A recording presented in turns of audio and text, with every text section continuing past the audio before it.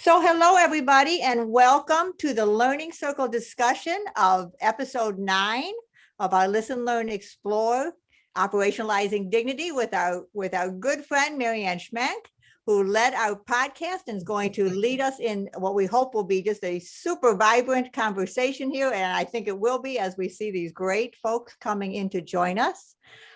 So that said, this is just an open conversation. We hope you will participate, either come on in and speak. You can raise your hand using the reactions, or just the old fashioned raise your hand and say, I want to talk. And we'll bring you in, or you can pop a comment in the chat if you're feeling a little shy. Any way you do it, we want to have your participation. This is your forum. We don't have an agenda. Other than to continue the conversation. And with that said, I'm going to turn it over to Marianne to just get the conversation started. Thank you, Joan. I am just thrilled to death to be here today. And I keep seeing these squares popping up with more people. And I'm so honored that people are taking the time out of their busy days, because I know how busy everybody is, to sit with us today and have this conversation. Just a real quick little summary of kind of what we talked about in the podcast, just to kind of get us back on track here again. What I've gotten very interested in my years of working in long-term care, and particularly from the client or consumer of care perspective, is the difference between dignity and respect. We talk so much about everybody has the right to be treated with dignity and respect. And as I said, we can blow through that in like 2 seconds I don't know how much we really stop and think, well, what does that mean?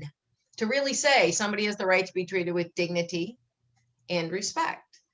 And what does that look like? So again, I appreciate the opportunity today to talk about this, to explore this a little bit further with people who are right there, doing the work and talking to the people and learning the things, and who can teach me too, as to what this looks like for you guys and how you see it and how you experience this as an employee or whatever your role is, and then also with the people that you are serving, that you are working with. So anyway, all of that said, what I'd like to do is start with, and this is an open question, and this is just to kind of get us going here. And at any time, if anybody has any direction you want to go, please, speak up. I would like for somebody who is feeling kind of brave today to talk about a time when you felt that you mattered. Okay, when you felt that you mattered. Could be at work, could be at home. Anybody? Just any old time in any old time in your life when you felt that you mattered. Well, when I was taking care of my mom and my dad and my brother, I moved them up from Florida, 1,200 miles away. I was living in Indiana at the time. And my brother, he has autism. My mother had advanced dementia, and my dad had just gone on dialysis, and I was working full time. I had an engineering company, and I just tried to hold that whole household together and bring in support, and I knew I was making a difference and mattered. I didn't do real well at times, though. I mean, I felt like I failed them, but we certainly were all in that and trying. Okay, good. And quickly, what would you say were the actual feelings that you had? How did you know you mattered? Oh, just when when I was making a difference and my mom would just smile or touch my face, or okay. And the same with my dad. There was some feedback there, Okay. My brother, you could never do enough for him. So I in his eyes, I was not doing good. Okay. So you talked about their reaction to you. They smiled at you and they Yeah. touched you and they were gentle in their touch and seemed appreciative. Mhm. Would that, okay? Great. Thank you, Christine. Thank you for sharing that. That sounds like that certainly was a challenging journey you were on, and I'm sure you did make a huge difference Mhm. just by being there. Thank you. And Marianne, Tony had her hand up. Okay, I Right. would Tony? love to hear from Tony. Tony, tell us of a time when you mattered. And I know Well- we all have mattered at various times. So just because somebody doesn't say something doesn't mean you don't matter. So anyway, go ahead, Yeah. Tony. I think part of my history is working in nursing homes, memory care communities, livings, in the dining rooms. And when you see that any effort that you're making, whether it's ensuring that the food is on time, the food is hot, you're helping the staff, you can see the results in the consumption of food, and that they're actually eating the food. You see the plates come back barely Okay. touched. And you have to share that with the staff in the kitchen because they're working hard to prepare it and send it. See when it comes back untouched. So anything that you can do to help drive the consumption really has a domino effect up and down the ladder with the people that are preparing it and people that are serving it and people that are consuming it. So Okay. it feels that you've done your job as leadership. Okay. Okay. So what would be the feeling, the actual feeling that you had? A lot of pride. Okay. Okay. Okay. Good. So we've talked about two times when we mattered. And the reason and I want to get into the feelings, and then as I said, this is really meant to be an open discussion. When we think about having dignity, when we really are talking about what it is to have dignity, the best way that I can think of to describe it is to have that feeling of I mattered. I made a difference. I belong here. In whatever here is, I'm okay being here. I belong here. I'm getting the feedback that means I belong here.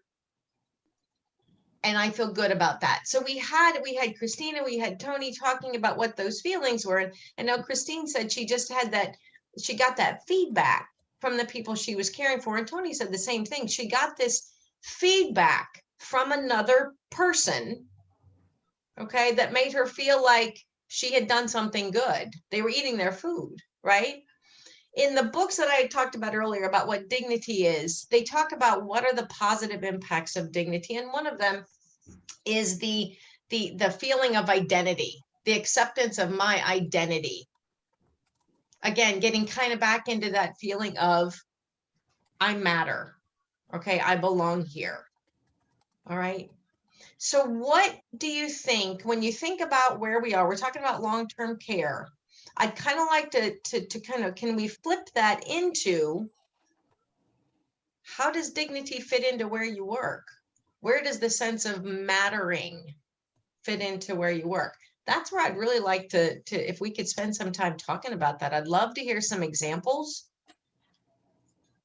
of where you are and how does dignity fit in. This is Diane. I think I'm a huge fan of the idea of human beings. What they want more than anything else is to be known. And I think oftentimes maybe that isn't always the case. And to me, I mean, I think of it on a personal level, like a friend who heard me say something 2 weeks ago and still, says, oh, I know you care about such and such, or this is a preference, or, I constantly am saying, caring is a verb and it should be indicated by our behaviors. And I think it's possible, I don't really know, that and my background's in nursing. So I think of us as having piles and piles and piles of paper. And yet we don't really know the person. We don't know that we can walk up to them and say, I know you really like lemon pie, and I've gone out of my way to find that for you somehow. Or Mhm. I know you really don't like to get up early, and I've made arrangements for, you get up at another time. So it's just really feeling like someone knows who you are and what Okay. you're about. Mhm. Okay. Mhm. And Tony, you had your hand up again?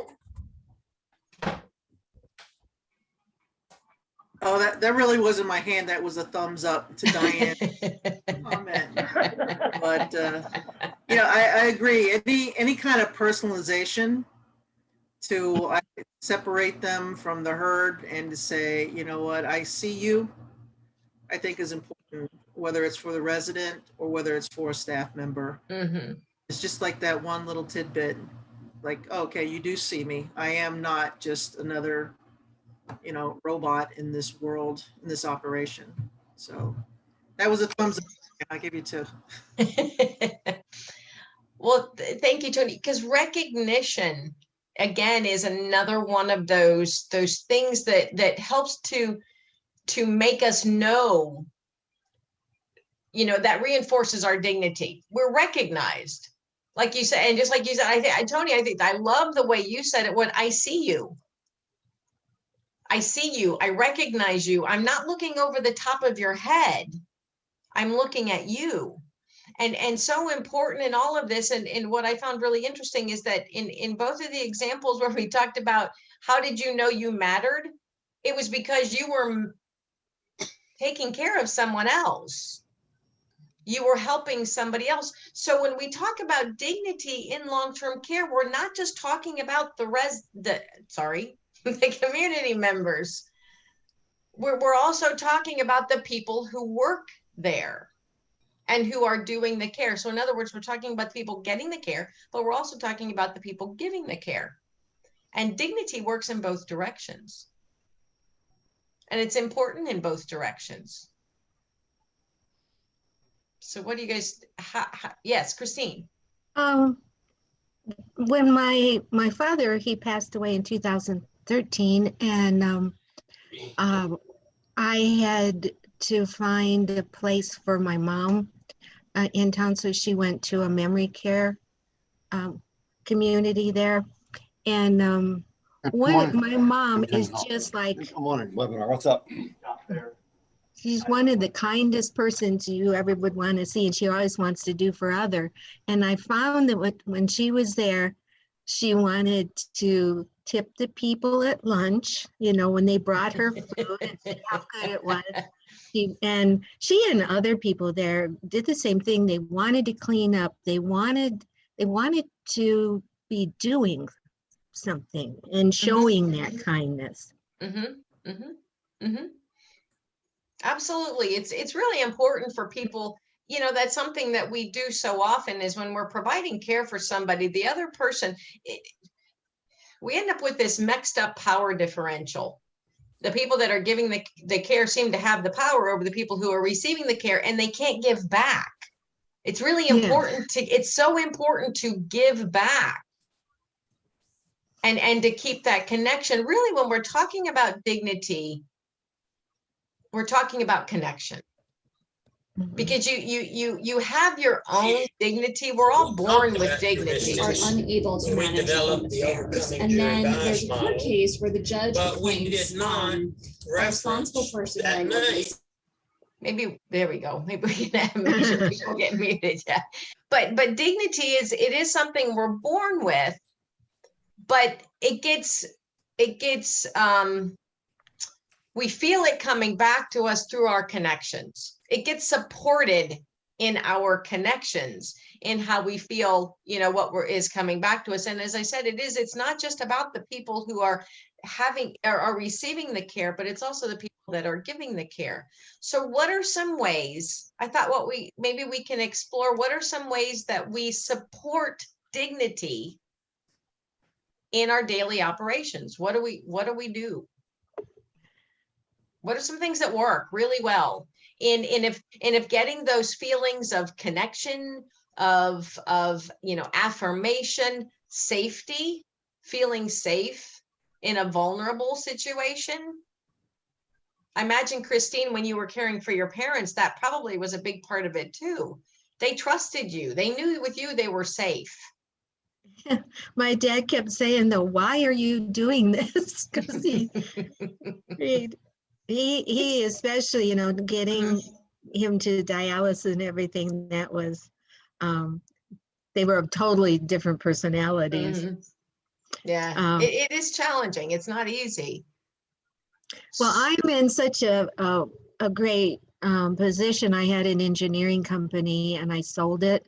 And I've been putting the gain that I got from that into innovation and technology. And it's all around purpose and dignity. And we have this one section that's act of kindness, because when you're feeling kind, you want to be able to do something at that moment. And the nice, technology does not replace people, but it's there 24/7. And, we have little postcards that can go out to the staff through the technology, and it's electronic postcards, but thank you and things like that. So, I just kept thinking, what can I do with my background in engineering and software? So that's how we got into developing support in technology for the Fantastic. individual. That's great. Thanks, Christine. So using your unique talents and gifts to show again appreciation for somebody, which helps them to know again, it helps to support their own dignity. That's great. What are some other ways? Really, the question becomes, how are we operationalizing dignity? If we understand what dignity is, it's the feeling of that I matter, that somebody sees me. I think How do we do that? A major way of acknowledging dignity is by choice, honoring choice as much as possible. Okay. And how do you do that? In what way? Well, it's the difference between institutional medical model and renovating the culture to home, where community members make choices about their daily life. It's very elemental. When do you get up? What do you like for breakfast? Do you like coffee when you get up, or do you like it at the breakfast table? All of the things about choice. Okay. And it's supported by the federal minimal standards. So we're not going out of our way. We're just doing the minimum. Right. Absolutely. And Imelda, Cynthia had a comment, I think, on that same note. And so does Hope. Cynthia, you want to unmute and.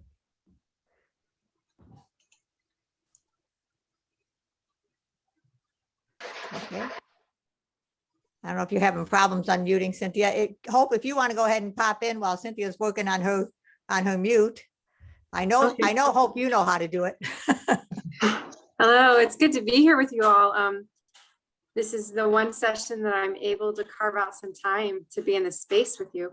Going back to what you were saying in regards to dignity and then choice, mine is just lately in skilled nursing. So I work with Vivid Senior Living, and choice, of course, has been a huge issue, right, with navigating the pandemic and surplus safety.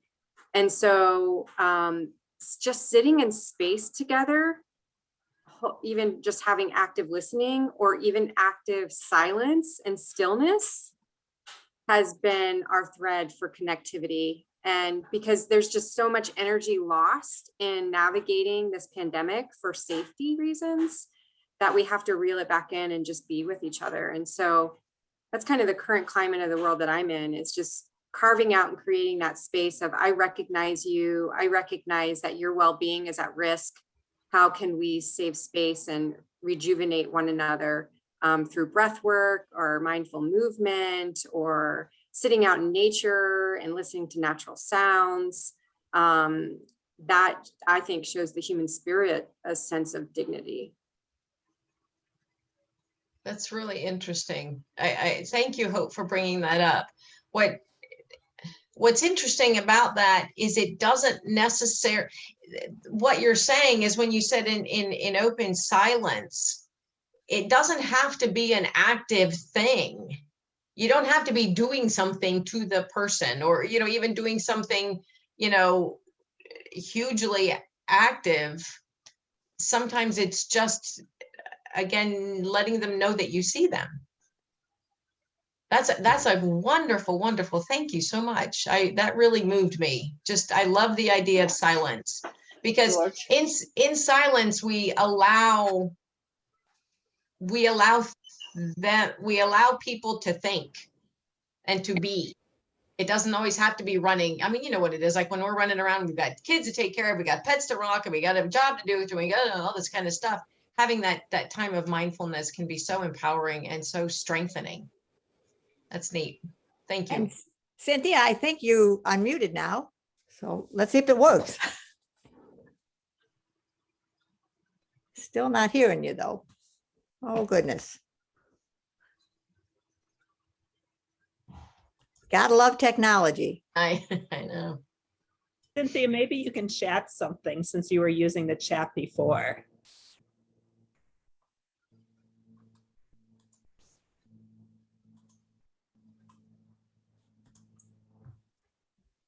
So while we're waiting for that, Marianne, I just wanted to comment on your question about what we can do. And it kind of goes along with some of the things that Imelda and Hope said and that you were talking about before too.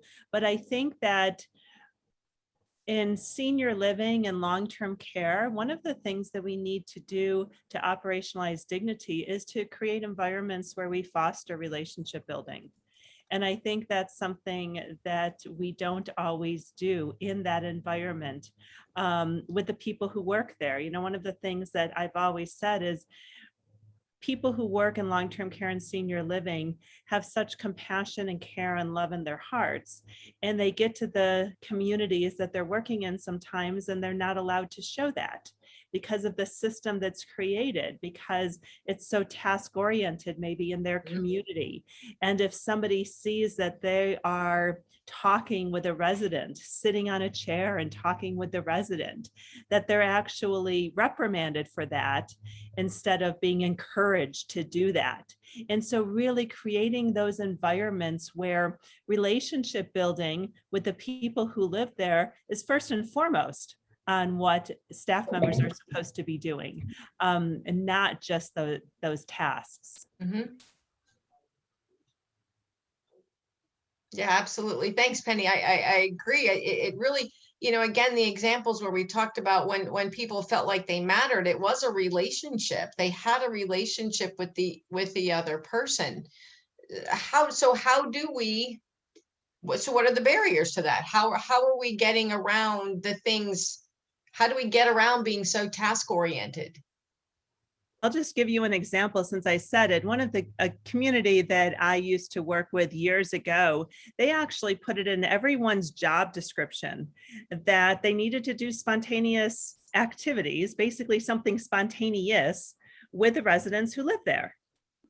And so what that meant is if somebody wanted to play checkers, you know, and they didn't have anybody to play checkers with, if a CNA, a housekeeper, the director of nursing, the administrator was walking by and had, you know, 15 minutes to play a game of checkers, that was part of their job per se in the job description. And it sounds kind of corny, but it also meant that that was revisited by their supervisor on a regular basis. Were they doing that?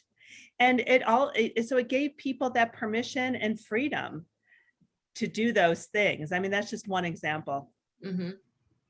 That's a great example. And by being in the job description, like you said, it becomes an accountability piece. If it's in your job description, look for a way to make it work. And it's one of the ways to help change that culture. Mm-hmm. Great, thank you. Anybody, go ahead. I was just gonna say, I think the other piece, you know, when you asked that initial question about a time you felt dignified, I think what Penny said, we're asking we're asking staff to have this type of relationship and knowing with the resident, but do we have that same relationship and knowing with the staff? Because that's going to set the tone. And I think that my example that I was going to share is, this is probably a 40-year-old example. I was a staff nurse in a hospital setting, and I picked up an extra shift on a weekend. And the next week in the mail, I had a thank you note from the vice president of nursing from the hospital. Now, I was a peon, staff nurse, you know, wet behind the ears. And to get, I didn't know that Sandy even had a clue who I was. And to get a personal note that said, thank you for picking up that shift, I still have that note 40 years later.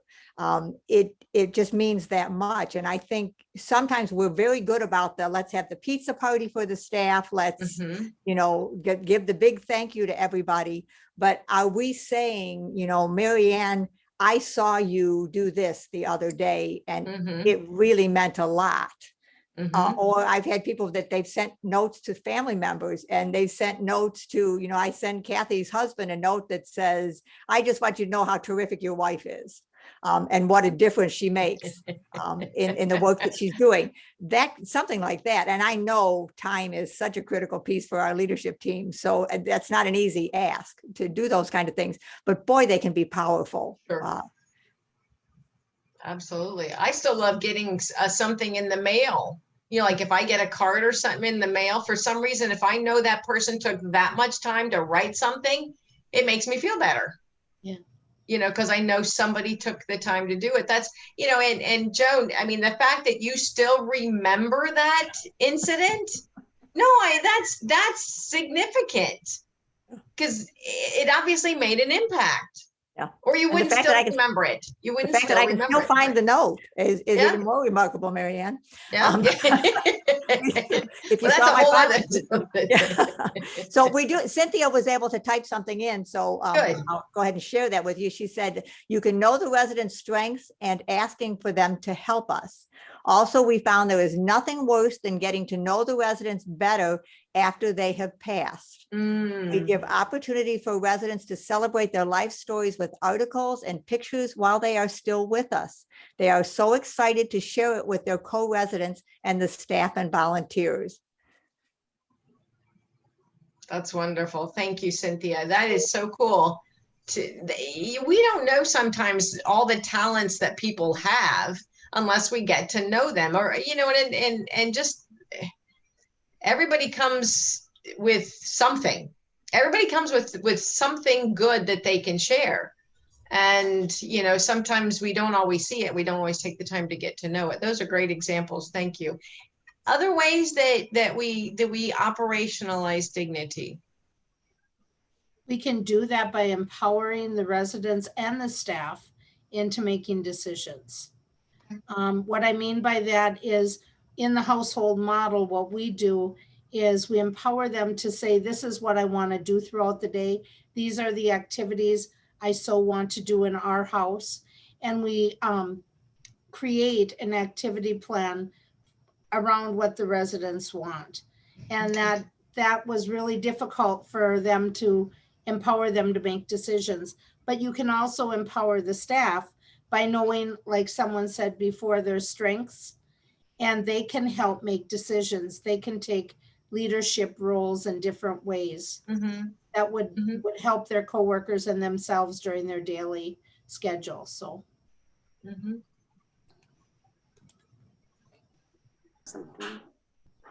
Yes, Hope. Yeah, sitting with that and going back to something that you had said earlier, like I matter, I belong here.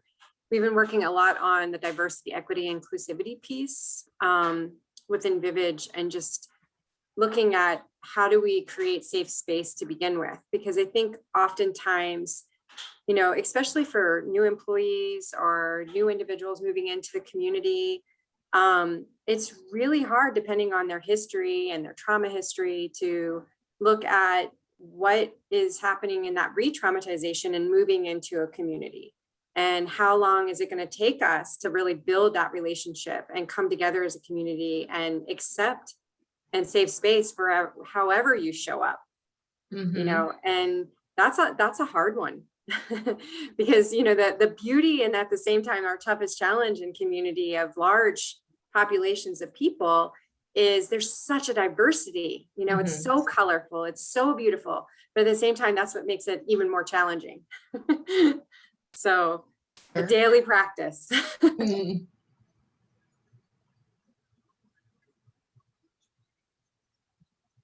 It's interesting though, you know, you bring up the idea though of trauma and the change, you know, when someone, you know, moves from a home over here to a home over here, there is so much disruption, you know, so many things change, and they come at a time of vulnerability. How do we show in that time of vulnerability, how do we help them to feel safe, say, for example, because safety is one of the elements of dignity. It's that being able to feel safe. How do we do that? Yes, Christine. In the long-term care community that my sister-in-law is in, she has cerebral palsy. And she was on the greeter team. They had a group of residents that would greet the new residents. And she absolutely loved doing that, and the new resident like that. And what her suggestion was is that that the community there somehow get information about each of the residents so they know about all the residents, not just the new resident. But it did make the new resident feel welcome. It was a 2-person team, and they made sure that they sort of like tagged along with her for that first week, so she would she or he would feel like they were part of the group.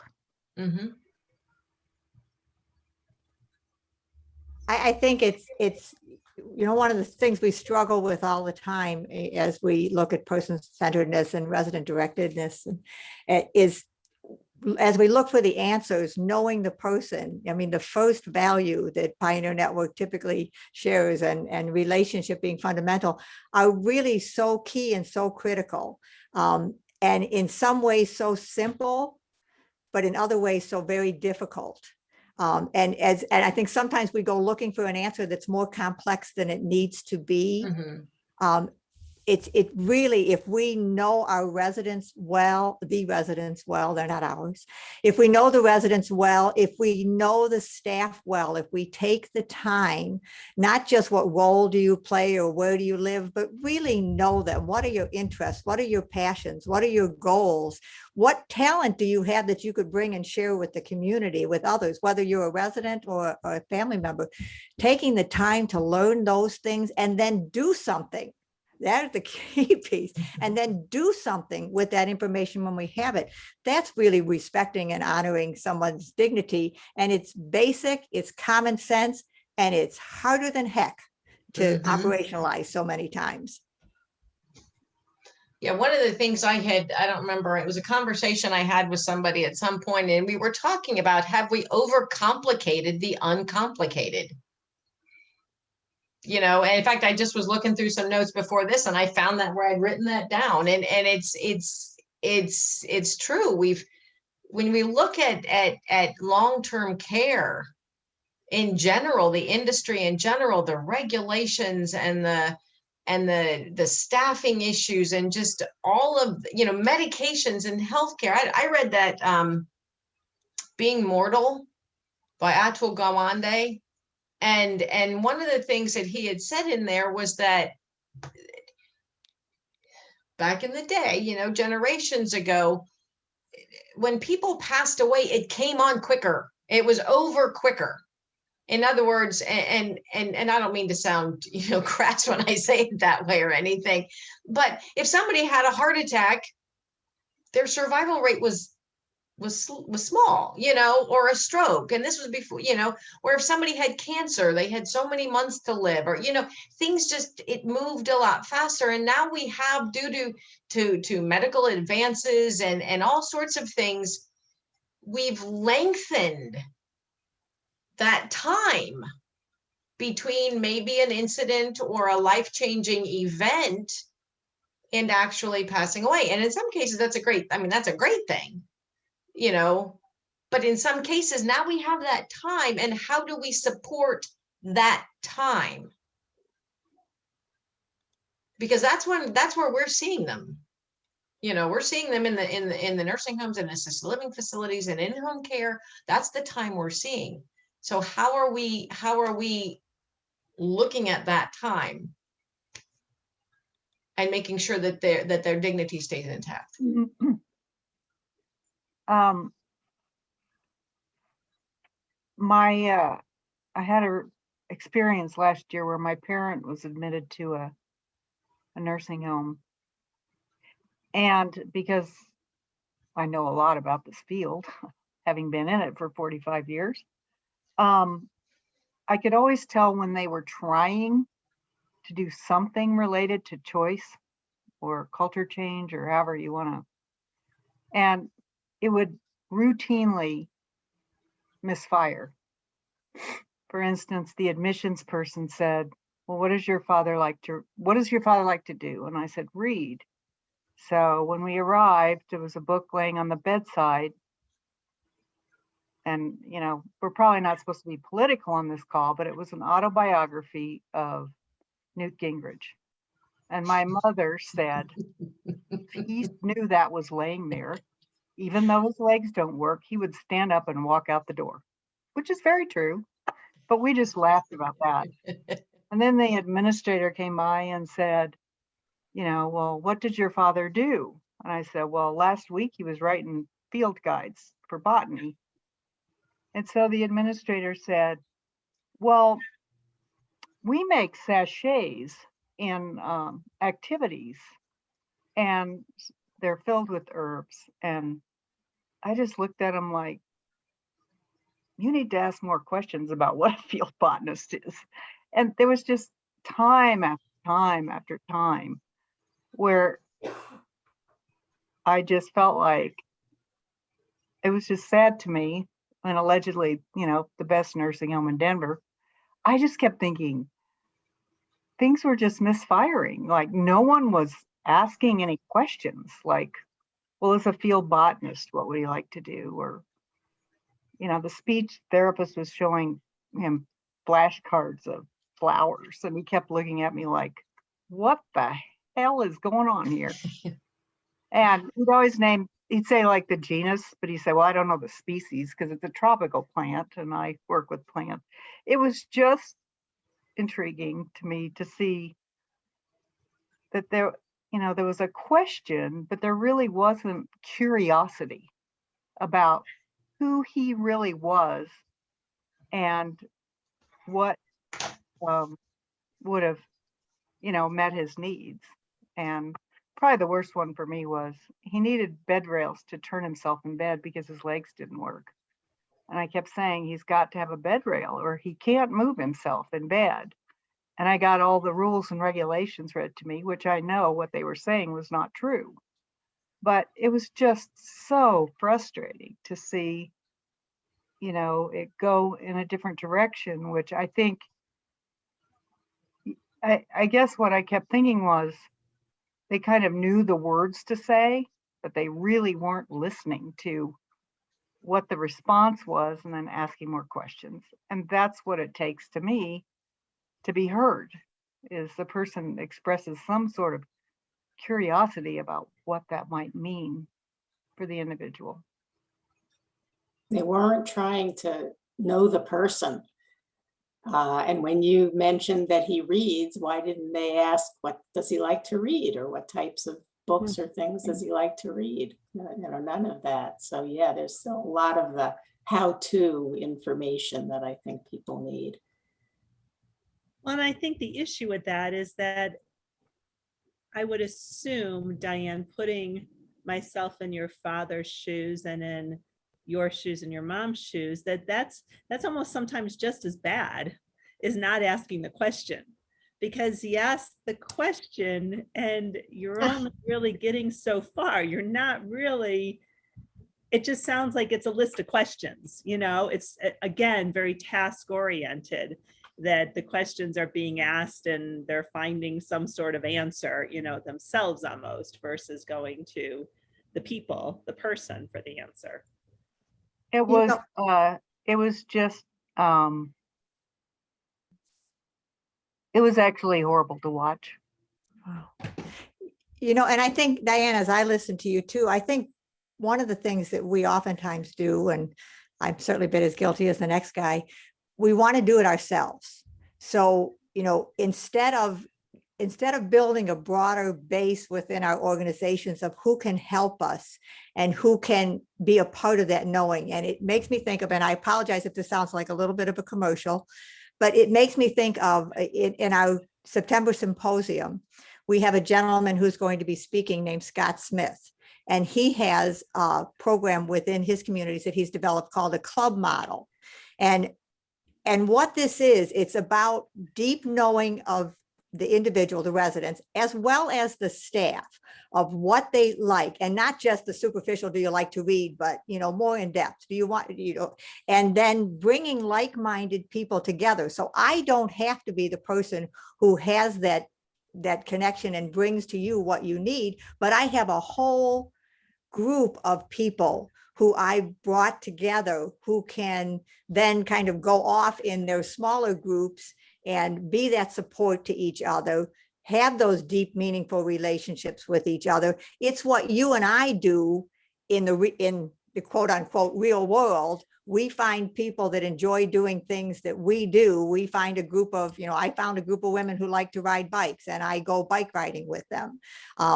And that's, you know, in the community, you find a bunch of people who like photography or who enjoy drawing or who have a background in botany or an interest in it, or who would like to learn maybe who would have liked to learn from your dad, you know, something. So there's ways you can create meaning that brings dignity to, I think, to everybody, but I don't have to, as the administrator or the activity director, I don't have to be the one that has all the answers.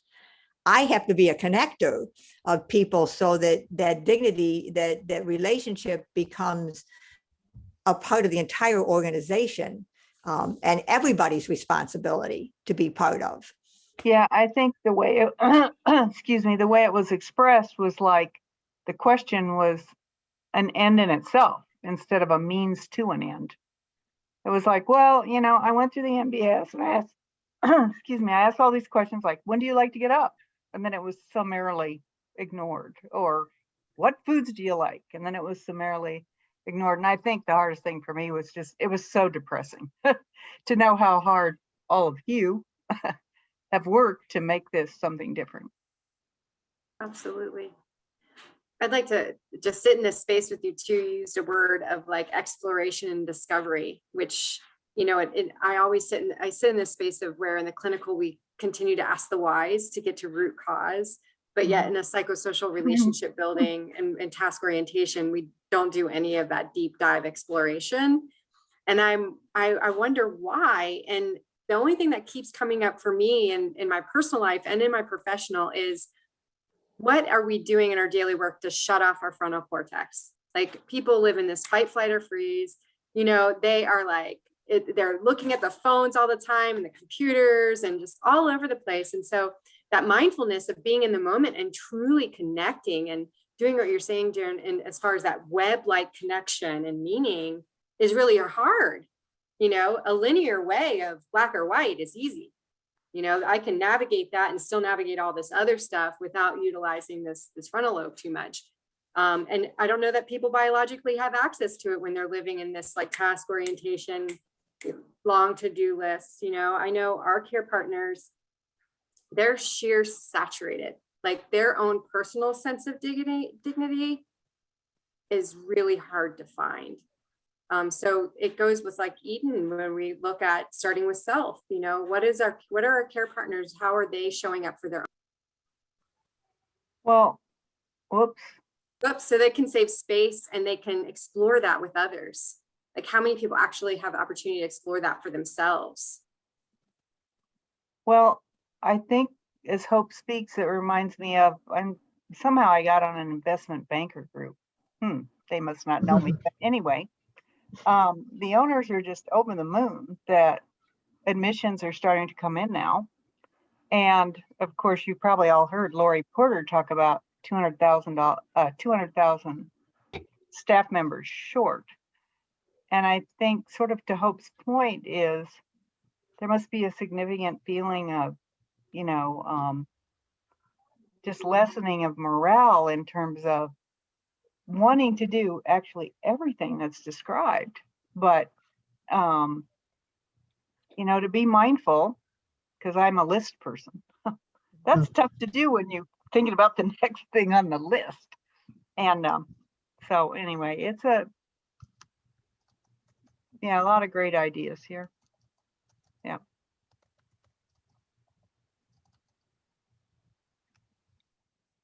And Marianne, I don't know if you saw, we had a comment, Alana, who I believe had to leave, left a comment in the post that might be something for us to think about if I can certainly read it. She said, the balance between safety and living to me is something that needs to be worked on. I manage 2 long-term care sites for housekeeping, laundry, food service, and materials management. Instead of spending time to get to know my customers and working on quality improvements that they want, I am busy ticking boxes for quality monitoring, accommodation, accreditation, audits. With cutbacks and no administrative support, the time for the most important thing, our customers, gets less and less time every year in my personal experience. I know the care managers feel totally bogged down in paperwork as well. I actually have to run to an audit meeting, but enjoyed the conversation. So how ironic. And I'm assuming that's a feeling that many people on this call probably share. So that's, I mean, that brings up, I appreciate her sharing that. There was a lot of emotion. You could tell there was a lot in her, you know, in that little typed area. But so how do we change that overall mindset? How do we, I know that's probably like the $10 million question, but how do we get there? And Marianne, kind of adding to that whole thing, you know, something that was talked about in the podcast is whose mindset do we need to change? Is it just here? We have probably a group of believers on this call right now. So there's probably not a lot of mindset that needs to be changed amongst this group, but who is it that needs, is it our staff? Is it some of our peers? Is it the family members in some cases whose mindset needs to be changed? That's a big question. Absolutely. Yeah. Thank you for bringing that up. I mean, I do sometimes feel like in something like this, we're kind of preaching to the choir. You know, we all kind of get it. So yeah, I'd love to hear some feedback.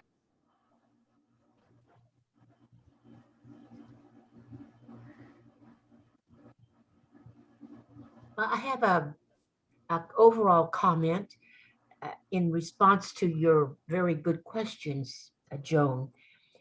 We've seen so many articles and we've heard so many speakers in so many ways during this 18 months of pandemic about things will be different. We can't go back to normal. So there has to be a change in mindset. I think, I just think of the whole big system though. And I think of the large corporate chains that manipulate the financial system so much that they make money off of companies that serve their company, et cetera, et cetera.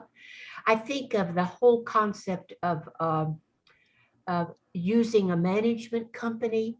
And how hard is it when you are managed by an outside firm to live up to these standards?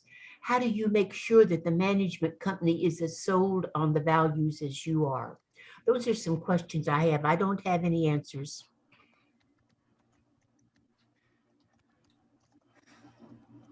Well, I'll respond to that. Having worked many years with contract companies as a vendor, and we have a saying that the sales department sells the dream and the operators live the nightmare. So how does it get managed? It's really about the boots on the ground and the quality of people that are hired into leadership positions, whether, and I always speak from a dining perspective and even from a linen distribution perspective is that if we're not hiring qualified candidates that exhibit leadership skills, anybody can learn how to follow a recipe. Anybody can learn how to follow a checklist, an opening and closing checklist, but it is ingratiated in their personality where they have the empathy and the ability to communicate not only to their team, but up and down the ladder. And if you're working for another company, then you've got another set of bosses that you have to satisfy also. So it's a skill set. And I think what's lacking is mentoring. And mentoring the leaders, not only of today and now, but the leaders of tomorrow, because it is a different generation. The millennials and then the Gen Xers and Ys and Zs and all those other alphabet soup, they're coming up and they have a different mindset and a different way of approaching and communicating. And we need to get a handle on that, because that is our future. And those are the people who are going to run our businesses and take care of our parents and take care of our family members in these communities. And how to get that out there, then we have to really double down as a group to figure out how we can share those messages of understanding leadership, because it's lacking.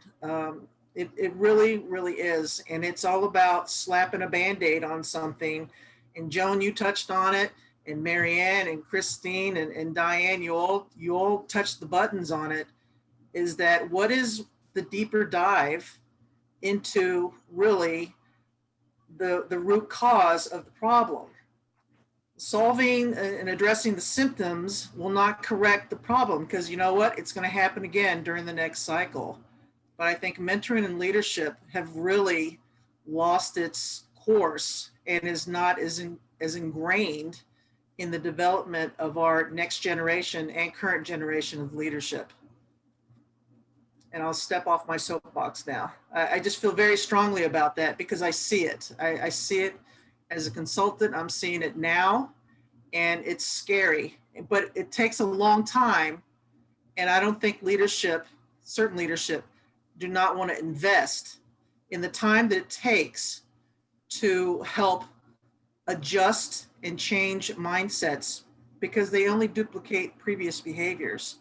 So, and what they've witnessed before. So what can we do to help drive and demonstrate and educate on really good decision-making? Because I think the days of Dale Carnegie have slipped away. You know, the days of Stephen Covey have slipped away. And those are classic leadership principles that I think are important.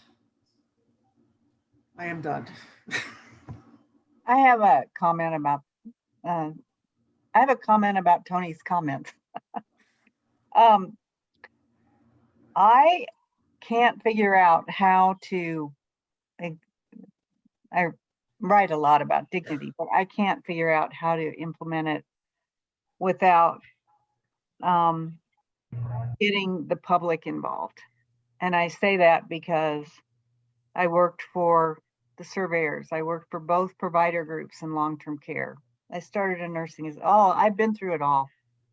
And I honestly I have nowhere to turn now but consumers. And my personal experience in dealing with my father was that when that ended, I was so bereaved that I just wanted to say, I'm done. 45 years of this, I'm done. But still, as time moves on, I just can't think of what happens if the public doesn't get involved in this. So I would understand if a family said, I'm done. I can't do this anymore. It's just been the most just rough experience for a variety of reasons. But I wondered, I know a few people on this call, but not very many. And I just wondered what you all think of that, because I just don't know how you get action until the public steps forward and says, do something. I'm sorry that I'm like the new kid on the block with these meetings and I'm talking so much. Have me sit back if I'm putting too much in. But I'm so excited, Diane, about what you just said, because there's so many initiatives happening right now that I think is really going to bring light to the current climate of long-term care. And Tony, it was said so well. I think the next generation of direct care workers and people are eager for authenticity. They're eager for like truth telling and for like, let's just put it out there. What does this system look like and how can it improve? And even where did it come from, you know, in our history? Like, what's the lineage of why we now have long-term care? I'll give you a couple of groups in the state of Colorado that's working on it. The Direct Care Workforce Collaborative in the state of Colorado is coming together to hear the voices of the direct care workers, and they're working on value-added compensation and pay and professional pathways and well-being. And they have 3 action groups that are taking action on bringing, you know, advocacy and publicity and ad campaigns on what does it look like to be a direct care partner. And that's from the independent in-home environment through the whole spectrum. And then through, of course, the CMP grants, there's a couple of initiatives coming down the pike to focus on leadership. You know, I was just talking to Penny Whitney. I don't know if any of you have had the opportunity to work with her, but she has been working on the Chautauqua with Nancy Fox, and the focus is leadership. And this seems kind of regulatory, and I don't mean to come across this way, but I said, I dream of a day where it's mandated that if you are a leader in a management company, you have to take annual certifications on leadership. Like your whole executive team needs to have the latest and greatest information on, you know, web thinking and what's out there. I mean, the world is talking about this stuff, and how do we bring some of these best practices into place? So there are some initiatives that I'm excited about because it aligns with everything that you're talking about. And it can't happen soon enough. I'm in Colorado. Would you let me know who that group is and so forth? Absolutely. I'll put the website in the chat box. Great. Thank you. Sure thing.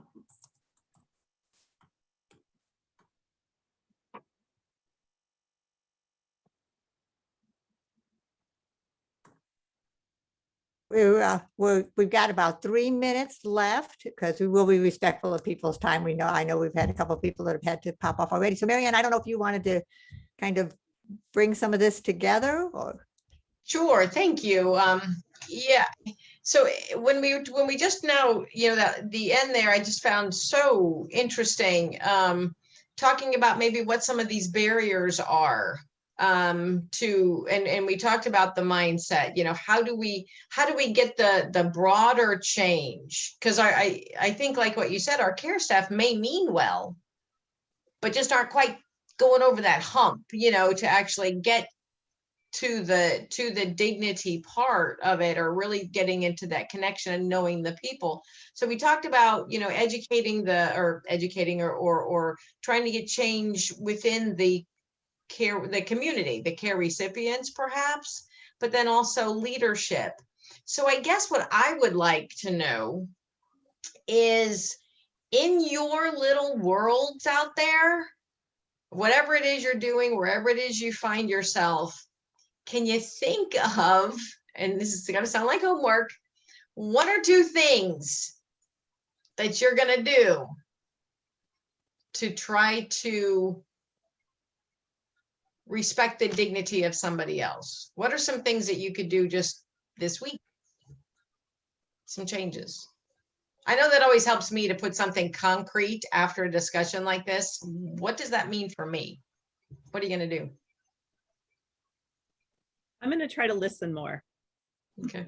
What I was going to say. Be more of an active listener, and that's something that I think I need to work on. And again, goes back to that idea of people feeling heard and people feeling valued. Okay. Noreen?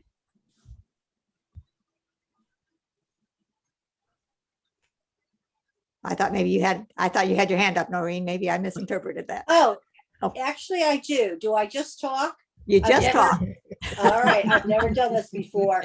I guess not so much what I'm going to do, but I try to identify for myself, who is the consumer in long-term care? Is it the resident? Is it the family? Is it some combination of? Because what I'm struggling with right now is as the family member, my mother is in a facility. I'm trying to figure out how I can be her advocate, but also very much be a part of this community and understand the staff, the other residents, the other family members. It's a challenge. Mhm.